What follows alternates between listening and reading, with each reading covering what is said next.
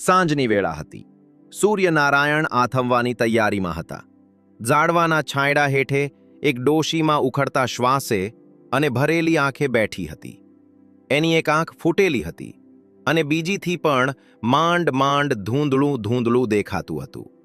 આ એ જ માં હતી જેને પોતાના દીકરાને પેટે પાટા બાંધીને લાડકોડથી ઉછેરીને જુવાન કર્યો હતો. પણ આજે એ જ દીકરાની પથ્થર જેવી કઠોરતાને લીધે એને ઠોકરો ખાવા મજબૂર થવું પડ્યું. જે દીકરાને એને પોતાના લોહી પરસેવાથી સિંચ્યો હતો, એણે જ આજે એના સુખનો સંસાર ઉજાડી નાખ્યો હતો. મજબૂરીમાં એ માં એક ઝાડ નીચે બેઠી હતી. હાથમાં દૂધની નાની એવી બોટલ હતી જે કોઈ દયાળુ મુસાફર દયા ખાઈને આપી ગયો હતો. ભૂખથી બેહાલ માએ જેવું ઢાંકણું ખોલીને ઘૂંટડો ભરવાની કોશિશ કરી ત્યાં જ વાઇડમાંથી સાંઈ સાંઈ કરતો અવાજ આવ્યો. એનું કાળજું ધડકી ગયું, આંખો ફાટી ગઈ. જોયું તો એક સાપ લોહી લુહાણ થયેલો એની તરફ સરકી રહ્યો હતો.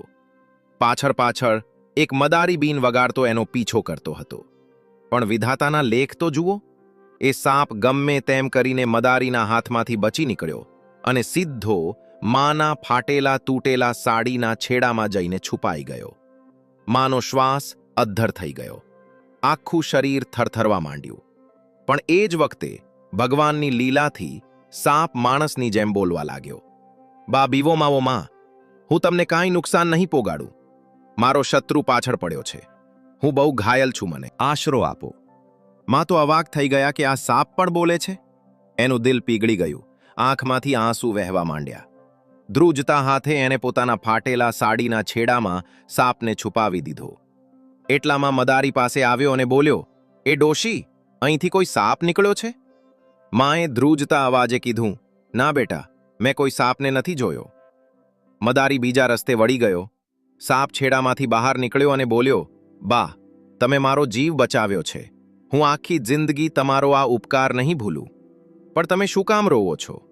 મને કહો, હું તમારી શું મદદ કરી શકું? આ સાંભળતા જ માની આંખોમાંથી આંસુની ધાર વહેવા માંડી. એને દર્દભર્યા અવાજે કીધું, જો સાંભળવું જ હોય તો કાળજું કઠણ કરી લેજે. મારી આ વાત બહુ દુઃખદાયક છે. એને ધ્રુજતા શબ્દોમાં પોતાનું દુઃખ કહેવાનું ચાલુ કર્યું. મારા પેટમાં બાળક હતું ને, મારા પતિ આ દુનિયા છોડીને વયા ગયા. સાસરીવાળાએ મને ધક્કા મારીને ઘર બહાર કાઢી મૂકી કે ક્યાંક મિલકતમાં ભાગ ન પડાવે. એકલી હું અહીં ત્યાં ઠોકરો ખાતી રહી. પછી ગામના એક શેઠે દયા ખાઈને મને એના ઘરે કામ પર રાખી અને માથું છુપાવવા માટીનું એક નાનું ખોરડું આપ્યું. દિવસો પર દિવસો પસાર થતા ગયા અને ભગવાને મને દીકરા જેવું રતન આપ્યું. એ તો મારા કાળજાનો કટકો, મારી આંખનો તારો હતો. એના ટેકે જ હું ફરી જીવતી થઈ હતી. પણ ભાગ્યને કાંઈક બીજું જ મંજૂર હતું. એક દિવસ હું મારા નાનકડા દીકરાને લઈને કામ પરથી પાછી વળતી હતી. ત્યાં અચાનક જોરદાર વંટોળ આવ્યો અને એક ઝાડવું મારા દીકરા માથે પડ્યું. એની એક માસૂમ આંખ ફૂટી ગઈ. એ વખતે મારું કાળજું ચીરાઈ ગયું. હું વિચારવા લાગી કે જ્યારે મારો દીકરો મોટો થશે ત્યારે લોકો એને બાળો કહીને મેણા મારશે. હું આ અપમાન સહન નહોતી કરી શકતી. મારી ઈચ્છા હતી કે મારો દીકરો ભણી ગણીને સાહેબ બને. હું દોડીને એને ડૉક્ટર પાસે લઈ ગઈ.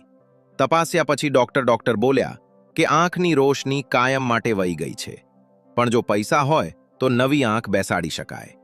મેં થરથરતા હોઠે કીધું, સાહેબ, મારી પાસે 2 આંખો છે. એક કાઢીને મારા દીકરાને લગાડી દો. હું અંધારામાં જિંદગી કાઢી લઈશ, પણ મારા દીકરાને આંધળો નથી જોવો. ડૉક્ટરે મારી આંખમાં જોઈને કીધું, માડી, તમે પહેલાં જ બહુ નબળા છો. આંખ કાઢવી તમારા માટે જીવનું જોખમ છે. પણ માનું કાળજું કોઈ વાત ક્યાં માને? મેં જીદ કરી, કરગરી, રોઈને કીધું, સાહેબ, ભલે મારો જીવ વયો જાય, પણ મારા દીકરાની આંખ પાછી દઈ દો. મારી 2 આંખો છે. એક કાઢીને મારા દીકરાને દઈ દો. હું અંધારી દુનિયામાં જીવી લઈશ, પણ મારો દીકરો અધૂરો ન રહેવો જોઈએ. છેવટે ડૉક્ટર સાહેબ માની ગયા. મારી આંખ કાઢી નાખવામાં આવી અને મારા દીકરાને નવી રોશની મળી ગઈ. એ તો સાજો નરવો થઈ ગયો. નિશાળે જવા માંડ્યો. એ જ નિશાળમાં મને કચરા પોતાનું કામ મળી ગયું. હું દૂરથી એને જોઈ લેતી તો મારા કાળજામાં ટાઢક વળતી. પણ અફસોસ, મારો દીકરો મને એક આંખ વગરની જોઈને મારાથી નફરત કરવા માંડ્યો. નાનો હતો પણ એના દિલમાં પથ્થર ભરાઈ ગયો હતો. એ નિશાળમાં મને માં તરીકે ઓળખાવવાની ના પાડતો. એ કહેતો કે જે દિવસ તે મારા મિત્રો સામે કીધું છે કે તું મારી માં છો, તે દી તું મારું મરેલું મોઢું જોજે. આ સાંભળી મારું દિલ ચિરાઈ જતું, પણ હું ચૂપ રહેતી. જેમ જેમ એ મોટો થયો, એની નફરત વધતી ગઈ. ક્યારેય મારી બાજુમાં બેસીને ખાતો નહીં. કહેતો કે માં, તને જોઈને મને સૂગ ચડે છે. ભગવાને તને એટલી કદરૂપી બનાવી છે કે તારી હારે બેસીને હું ખાઈ નથી શકતો, કે તને જોઈ નથી શકતો. હું રોતી રોતી કહેતી, બેટા, 2 બટકા મારી હારે ખાઈ લે, મારા કાળજાને ટાઢક વળશે. પણ જો હું પાસે બેસતી તો એ ગુસ્સામાં થાળી ફેંકી દેતો. મારું દિલ થાતું કે એને બાથમાં ભરી લઉં, એનો થાક ઉતારી દઉં. પણ દીકરાની નફરત આગળ મારી મમતા હારી જતી. હવે મારો દીકરો જુવાનીના ઉંબરે પોગી ગયો હતો. નઠારા મિત્રોની સોબતે એને રખડતો કરી દીધો. વ્યસન અને ખરાબ કામોમાં પડી ગયો. એક દી મને જોરદાર તાવ ચડ્યો. હું કામ પર ન જઈ શકી અને ઘરે સૂતી રહી. દિલમાં એક જ આશા હતી કે કાશ મારો દીકરો આવે અને મને દવા લાવી દે. પણ દીકરો એ રાતે ઘરે ન આવ્યો, ના બીજી સવારે કે ના એના પછીના દિવસે. મારી બેચેની વધી ગઈ. હું પછેડી ઓઢીને બહાર નીકળી. એના મિત્રોને પૂછ્યું, બેટા, ક્યાંય કલ્પેશ દેખાયો? કાલનો ઘરે નથી આવ્યો. એ લોકોએ હસીને મેનું માર્યું, માડી, તમે સાચે જ એની માં છો? એ તો કહે છે કે તમારે ને એને કાંઈ લેવા દેવા નથી. મારા કાળજા પર તો જાણે પહાડ તૂટી પડ્યો. પર મેં ધીરજ રાખી. સાંજ પડી ત્યારે દીકરો આવ્યો, પણ કૃપા બનીને નહીં, કાળ બનીને. હાથમાં લાકડી લીધી અને તાવથી ધ્રુજતી માનને એવી રીતે ટીપી કે શરીર પર સોળ ઉઠી ગયા. હું રોતી રોતી પડી ગઈ અને બસ એટલું જ કીધું, બેટા, મારી ભૂલ શું છે? મારો અપરાધ શું છે? એ ગરજ્યો શું કામ ગઈ તી તું મારા મિત્રો પાસે? એ લોકોએ મારી મશ્કરી કરી. હવે બધા મને બાડીનો દીકરો કહે છે. તે મારી આબરૂ ધૂળમાં મેળવી દીધી. ના તું મરે છે, ના મારો પીછો છોડે છો. સારું છે કે હું જ આ ઘર છોડી દઉં. હું એના પગમાં પડી ગઈ, બેટા, જામાં. તું વયો જઈશ તો હું જીવતે જીવ મળી જઈશ. હું સોગંદ ખાઉં છું, હવે ક્યારેય કોઈને નહીં કહું કે તું મારો દીકરો છો. બસ તું મારી આંખ સામે રહે, તને જોઈને હું જીવી લઈશ. એ પછી તો એનો ચાલ ચલગત એવો થઈ ગયો કે કેટલાય દિવસો સુધી ગાયબ રહેતો. ક્યારેક 5 દિવસ, ક્યારેક 10 દિવસ, તો ક્યારેક મહિનાઓ પછી ઘરે આવતો. મેં મનમાં ઓરતા રાખ્યા હતા કે ચાલ, આના લગ્ન થાય તો કદાચ બધું બદલાઈ જાય. વહુ આવશે તો ઘર રોશન થશે, કદાચ દીકરાનું દિલ પીગળશે. પણ પ્રભુને કાંઈક બીજું જ મંજૂર હતું. આખો મહિનો વયો ગયો. પછી જ્યારે મારો દીકરો ઘરે આવ્યો ત્યારે એકલો નહોતો. એની હારે એની પત્ની હતી. એને જોઈને મારી આંખો ફાટી ગઈ. શું જુએ છે માં, આટલી આંખો ફાડીને? દીકરાએ હસતા હસતા કીધું. હું તો સ્તબ્ધ થઈ ગઈ. એને કીધું, આ મારી પત્ની છે, મેં લગ્ન કરી લીધા છે. મારું દિલ બેસી ગયું. કેટલા સપના જોયા હતા મેં દીકરાના લગ્નના, પણ એને મને પૂછ્યું પણ નહીં. ખેર, વિચાર્યું કે કાંઈ નહીં, હવે દીકરો મારી પાસે તો રહેશે. પણ મને કયા ખબર હતી કે આવનારી વહુ દીકરાથી પણ વધુ પથ્થર દિલની હશે. પહેલી જ નજરે મોઢું બગાડીને એ એના રૂમમાં વહી ગઈ. હું ચૂપચાપ એમની સેવામાં લાગી ગઈ. દીકરો કામે જાય એટલે વહુ હુકમ કરે, પગ દબાવો, તેલ નાખો, ચા બનાવો, ખાવાનું લાવો. થાકેલા હાડકાં હારે હું બધું કરતી રહી, પણ વહુ ક્યારેય રાજી ન થાતી. ક્યારેક તો દીકરો વહુ બહાર જમીને આવે ને હું ભૂખી સૂઈ જાતી. ધીરજ મારો સાથી બની ગયો. પછી એક દિવસ સમાચાર મળ્યા કે વહુ માં બનવાની છે. દીકરો તો હરખાયો નહોતો સમાતો. મને કીધું, માં, મારી પત્નીનું ધ્યાન રાખજે, એને કોઈ વસ્તુની કમી ન રહેવી જોઈએ. મેં માથું દોનાવીને કીધું, તું નિશ્ચિંત રહે બેટા. દીકરો થોડા દિવસ માટે કામે બહાર ગયો. વહુની સેવાનો બધો ભાર મારા માથે હતો. એ કહેતી, શું જુએ છે? ઝટ રસોઈ કર અને ચામાં દૂધ વધારે નાખજે, મારું બીપી લો થઈ જાય છે. હું બીમાર શરીરે એના પગ દબાવતી, રસોઈ કરતી. એક રાતે વહુ આરામથી સૂતી હતી અને હું એના પગ દબાવતી હતી. થાકને લીધે મારી આંખ લાગી ગઈ અને મારું માથું એના પેટને અડી ગયું. વહુ તો જાણે ભડકો થઈ. ગુસ્સામાં એને મને ધક્કો મારીને હેઠી પાડી દીધી. હું કરગરી વહુ, જાણતા અજાણતા થઈ ગયું, માફ કરી દે. પણ એ તો વધુ વણસી. એટલામાં દીકરો ઘરે આવ્યો. વહુએ એને ઊંધી ચત્તી વાતો સમજાવી. દીકરો ત્રાડ્યો, તે મારા સંતાનને મારવાની કોશિશ કરી? તું તો કાયમની મારી શત્રુ રહી છો. આવી માં કરતા તો તું ઘર છોડી દે એ જ સારું. હું ધ્રુજતા હાથે દીકરાના પગે પડી, બેટા, હું ક્યાં જઈશ? હું ગઢી ડોસી છું. પણ એની આંખમાં લોહી ઉતરી આવ્યું હતું. એણે કીધું, જ્યાં મરવું હોય ત્યાં મર, પણ અમને શાંતિથી રહેવા દે. મેં લુગડાની પોટલી બાંધી, લાકડી લીધી અને બોલી, બેટા, છેલ્લી વાર મને ગળે લગાડી લે. નાનપણથી તે મને ક્યારેય નથી વળગાડી. આજે જીવ ભરીને તને તેડી લેવા દે, પછી ક્યારેય નહીં દેખાવ. પણ દીકરો મોઢું ફેરવીને ઊભો રહ્યો. વહુ બોલી, આ નાટક બંધ કર. જેટલી વાર લગાડશો એટલી જ ગાળો આપીશ. હું રોતી રોતી ઘર બહાર નીકળી ગઈ. ઠોકરો ખાતી રહી, કોઈ ખાવા રોટલો પણ ના આપતું. છેવટે થાકીને એક ઝાડ નીચે બેસી ગઈ. એ જ વખતે એક મુસાફરે મને દૂધની બોટલ આપી અને વયો ગયો. બોટલ હાથમાં હતી, પણ મારું મન તો ત્યાં જ હતું. ખબર નહીં દીકરાએ ખાધું હશે કે નહીં, વહુએ એને રોટલો આપ્યો હશે કે નહીં. મેં દૂધને અડ્યું પણ નહીં. ત્યાં જ ઝાડીઓમાંથી એક ભૂખ્યો સાપ નીકળ્યો. હું ચોકી, પણ ડર કરતા દયા વધારે આવી. મેં દૂધ વાટકામાં કાઢીને એની સામે મૂક્યું. સાપે દૂધ ગટગટાવી લીધું અને બોલ્યો, માજી, આજથી હું તમારો દીકરો છું. આ દૂધનું ઋણ જરૂર ચૂકવીશ. મારી આંખમાંથી આંસુ વહેવા માંડ્યા. દિલનો બોજ થોડો હળવો થયો. સવારે જ્યારે આંખ ખુલી તો સામે એક માટીની નવી ઝૂંપડી ઊભી હતી.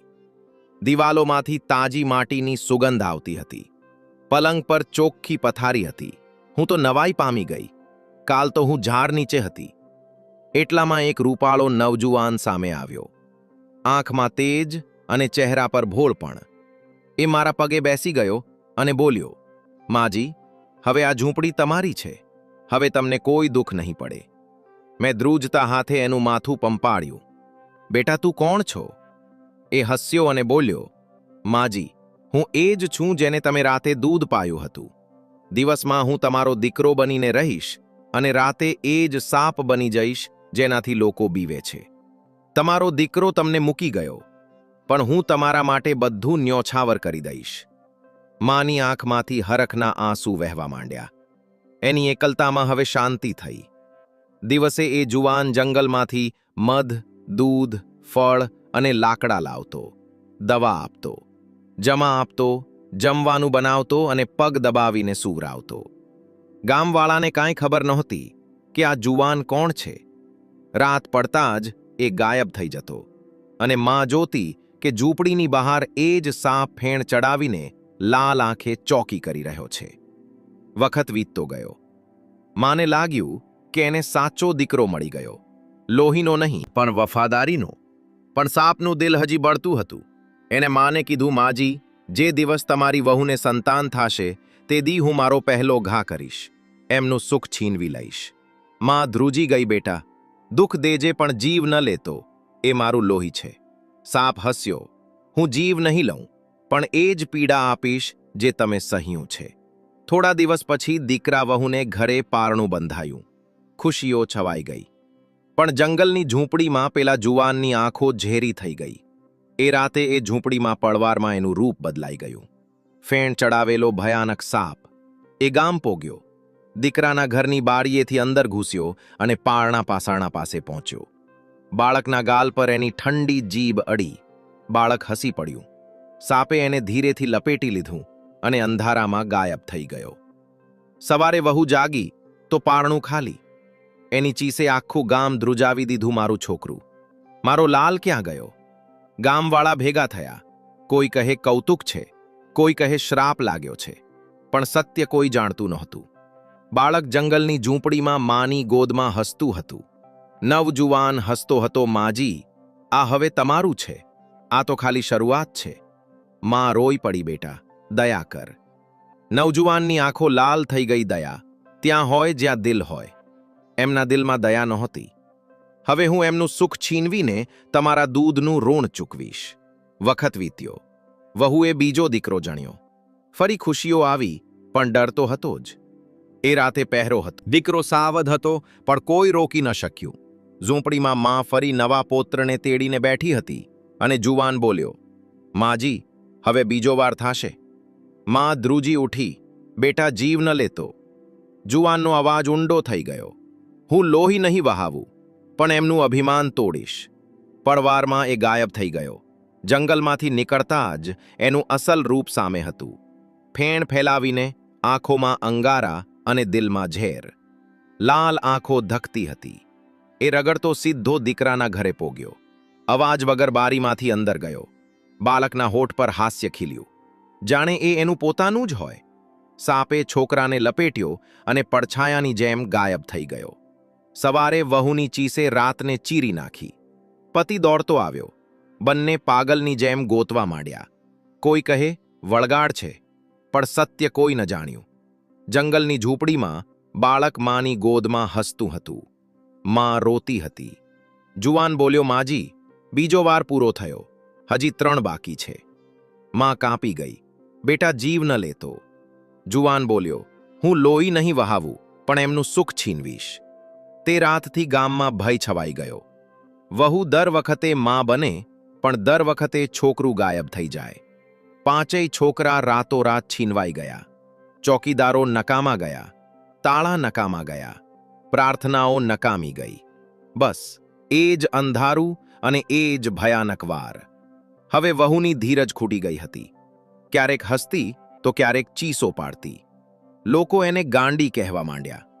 દીકરાનું અભિમાન ઓગળી ગયું, પણ સત્ય પડછાયામાં દબાયેલું હતું. આ દરમિયાન એક દિવસ ગામમાંથી એક તેજસ્વી સાધુ મહાત્મા નીકળ્યા. વહુને રોતી જોઈને પૂછ્યું, બેટા શું કામ રોવે છો? વહુ એમના પગમાં પડી ગઈ, બાપા, મારા 5 દીકરા ક્યાં છે? જીવે છે કે મરી ગયા? મહાત્માએ માથે હાથ ફેરવ્યો. તારા દીકરા મર્યા નથી બેટા, એ જીવે છે. એમને કોઈ અદ્રશ્ય શક્તિ નથી લઈ ગઈ. દર વખતે એક સાપ આવ્યો અને તારા બાળકોને જંગલની ઝૂંપડીમાં લઈ ગયો. ત્યાં એ સલામત છે. વહુ ધ્રુજી ઉઠી, પણ એ સાપ મારા બાળકોને શું કામ લઈ ગયો? મહાત્મા બોલ્યા, આ તારા કર્મોનું ફળ છે. હવે તારી પરીક્ષા બાકી છે. રસ્તો જંગલ તરફ જાય છે, ત્યાં જ સત્ય તારી વાટ જુએ છે. વહુ ચીખી, મને મારા બાળકો જોઈએ, ભલે મારો જીવ વયો જાય. સાધુ બોલ્યા, હું તને રસ્તો બતાવીશ, પણ સામનો તારે જાતે જ કરવો પડશે. સાધુ આગળ, વહુ અને એનો પતિ પાછળ. રસ્તો લાંબો અને ભયાનક હતો. થોડે દૂર ગયા ત્યાં ઝૂંપડી દેખાણી. વહુના શ્વાસ તેજ થઈ ગયા. જુઓ પેલી ઝૂંપડી, નક્કી મારા બાળકો ત્યાં જ છે. બંને ત્યાં દોડ્યા. પણ જેવું એ ઝૂંપડી પાસે પોગ્યા, જમીન ધ્રુજી ઉઠી. એક ભયાનક ફૂફાડાએ હવાને ચીરી નાખી. ઝૂંપડીની સામે જ પેલો લાંબો ઝેરી સાપ ઊભો હતો. એની લાલ આંખો અંગારા જેવી બળતી હતી. ફેણ આકાશ સુધી અડતી હતી. વહુ એનો હાથ પકડીને બોલી, આ જ એ સાપ છે. સાપનો ફૂફાડો એટલો ભયંકર હતો કે ધરતી ફાટી જાય. જાય, વહુ ચીખી, હટી જા, મારા બાળકો મને દઈ દે. સાપે જમીન પર ફેણ પછારી એટલી સહેલાઈથી. તે વિચાર્યું હતું કે એક મા પાસેથી છીનવેલો દીકરો અને એનો હિસાબ એમ જ પૂરો થઈ જશે. વહુ કરગરીને રોવા માંડી. સાપે કીધું, જેદી તે એક મા પાસેથી એનો દીકરો છીનવ્યો ત્યારે તને પીડા નહોતી થઈ. આજે તારી પીડા તો શરૂઆત છે. વહુએ ઝૂંપડીમાં નજર કરી તો અંદર માં બાળકોને હૈયા સરસા ચાંપીને રમાડતી હતી. એની આંખમાં શાંતિ હતી. વહુ ચીખી, માં, મારા બાળકો. માનું દિલ પીગળ્યું, પણ એણે બાળકોને કસીને પકડી રાખ્યા. સાપે ફેણ ફેલાવીને કીધું, હજી અંદર જવાની રજા નથી. તમારા કર્મોનો હિસાબ બાકી છે. આ બાળકો એ માનું સુખ છે જેને તમે રડાવી હતી. દીકરો તો નીચું જોઈને ઊભો રહ્યો. ત્યારે સાપ બોલ્યો, જાણે છે તારી માં એક આંખે કેમ કાણી છે? એ તારા લીધે છે. દીકરો સ્તબ્ધ થઈ ગયો. સાપ બોલ્યો, નાનપણમાં જ્યારે અકસ્માતમાં તારી આંખ વહી ગઈ હતી, લોકો તને બાળો કહેતા. તારીમાંથી આ સહન ન થયું. એણે પોતાની એક આંખ ડોક્ટરને દઈ દીધી જેથી તને રોશની મળે. એ પોતે અંધારામાં જીવી પણ તારા માટે કુરબાન થઈ ગઈ. અને તે એ જ માને હળદૂત કરી, ભૂખી રાખી. હવે તું કહે છે કે તને દુઃખ છે. ના, હજી તો અસલ દુઃખ બાકી છે. તારા બાળકોની તડપ, એનો જ હિસ્સો છે. દીકરો જમીન પર પછડાઈને ચીખવા માંડ્યો. માં, મને માફ કરી દે. સાપ ગરજ્યો. માએ તો દિલમાં માફ કરી દીધા છે, પણ ન્યાય બાકી છે. વહુ દીકરો દરવાજા બહાર બેસી ગયા. આંસુ સુકાઈ ગયા, પણ દિલ લોહીલુહાણ હતું. ત્યારે દીકરાએ પાગલની જેમ કીધું, માં, તે મને આંખ આપીને રોશની દીધી હતી. આજે હું આ આંખ કાઢીને તને પાછી દઈ દઈશ. જો દરવાજો નહીં ખોલે તો હું પથ્થરથી ફોડી નાખીશ. આ સાંભળી અંદર બેઠેલી માનું કાળજું કંપી ગયું. એના હાથમાંથી રમકડા પડી ગયા. એ ચીખી, ના બેટા, એવું ન કરતો, મારું દિલ ફાટી જશે. વહુ પણ કરગરી, માંજી, દરવાજો ખોલો. અમે સોગંદ ખાઈએ છીએ, હવે ક્યારેય તમારું દિલ નહીં દુભાવીએ. તમારા પગમાં જ જિંદગી કાઢશું. માં ધ્રુજતા હાથે ઉઠી. સાપે માં તરફ જોયું. માએ કીધું, બેટા, હવે એમની પરીક્ષા પૂરી થઈ ગઈ. બદલો અહીં જ પૂરો કરી દે. સાપની આંખમાં પહેલીવાર ભીનાશ દેખાણી. એણે ધીરેથી ફેણ નીચી કરી અને રસ્તો કરી દીધો. અંદરથી બાળકોની હસી ગુંજવા માંડી. વહુ દરવાજા તરફ દોડી. દીકરો એની પાછળ. દરવાજો ખુલી ગયો. પાંચેય બાળકો બહાર દોડ્યા અને માને વળગી પડ્યા. વહુ એમને છાતીએ લગાડીને રોવા માંડી. દીકરાએ બધાને ગળે લગાડ્યા અને જમીન પર પડીને ધ્રુસકે ધ્રુસકે રોવા માંડ્યો. મા પાસે ઊભી હતી. એણે દીકરાને બેઠો કર્યો અને હૈયા સરસો ચાંપ્યો. વર્ષો પછી આજે મારું દિલ હળવું થયું, બેટા. હવે મને શાંતિ છે. દીકરો બોલ્યો, માં, મેં આખી જિંદગી ભૂલો જ કરી છે, પણ તમને વચન આપું છું, છેલ્લી ઘડી સુધી તારા પગમાં રહીશ.